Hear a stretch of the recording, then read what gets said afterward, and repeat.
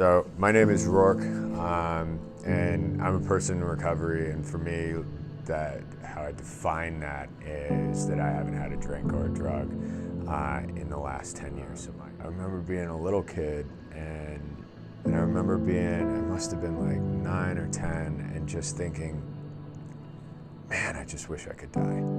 Like, I hate who I am.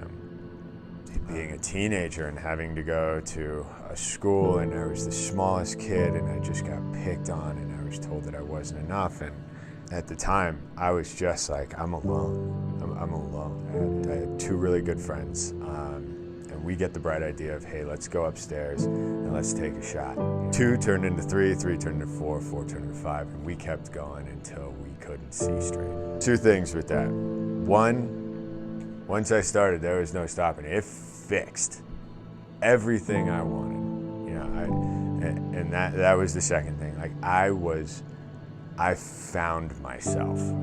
Fast forward a year and a half, I stopped going to school. I was working on the mountain.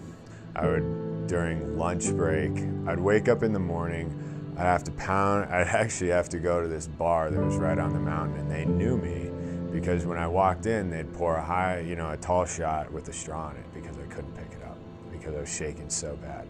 So I'd have to do that 3 times before I could pick up the shot and take my own. Once I got home, it was a case of tall boys, and that was my routine. And that's what I did until I couldn't anymore. At this point, my hands stopped working. They had started to shrivel up, and I couldn't do anything with them. And I was just vomiting all the time, and the only thing I could keep down was hot sauce packets from Taco Bell. So it was beer, McCormick's, and hot sauce packets. I am in pain, the likes of which I didn't know was possible. And just trying to make it through this. I knew I was gonna die, like, I knew it. There wasn't a question in my mind. Tonight was the night. Tonight's the night I'm gonna die. And because nothing can be this painful, and I feel my body dying. You know, with tears in my eyes, I tell my parents, like, I'm ready to change my ways. I'm ready for this to end. And I found myself at Centennial Peaks at the detox. It was the first time I had been in a place where I really accepted help just for the alcohol. And then, there was this thing called IOP, intensive outpatient, and they recommended that I go to this group 3 times a week, and so Jeannie, who we all, I get to share her name, and because this is for Centennial Peaks, and she was the turning point, right? Like, there's a few people in my life I can point to and be like, yeah, you saved my life, like, straight up, no questions asked, like, you saved my life, like, good for you, thanks. I really appreciate that. I was such a just awful 21-year-old kid, and she just loved up on me, man. Like, I got in there, and it was, don't talk to me.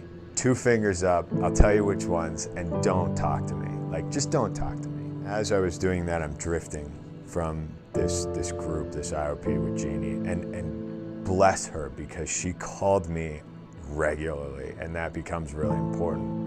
I ended up stealing $5 from a friend and getting 2 40s, and it starts again, and it goes from 0 to 100. And I'm sitting there, and, like, you got the options, and it was drink or die. And I had booze in one hand, gun in the other, and it was, this is it. What are you gonna do? And that's when Jeannie called me. And I got 5 more calls that day. For whatever reason, that was a spark that got me to go back. Show up on Monday, and she'll attest to it, man. It was like night and day, bro. Like, if I was that kid with the hat down, I was like, you tell me what to do. And she did, man. She saved my life. If Centennial Peaks had not been here at the time that it was, there's not a chance, right? This place gave me the opportunity to actually pursue the dreams. And when they say, like, if you're sober, you can do whatever you want. Like, I really believe that.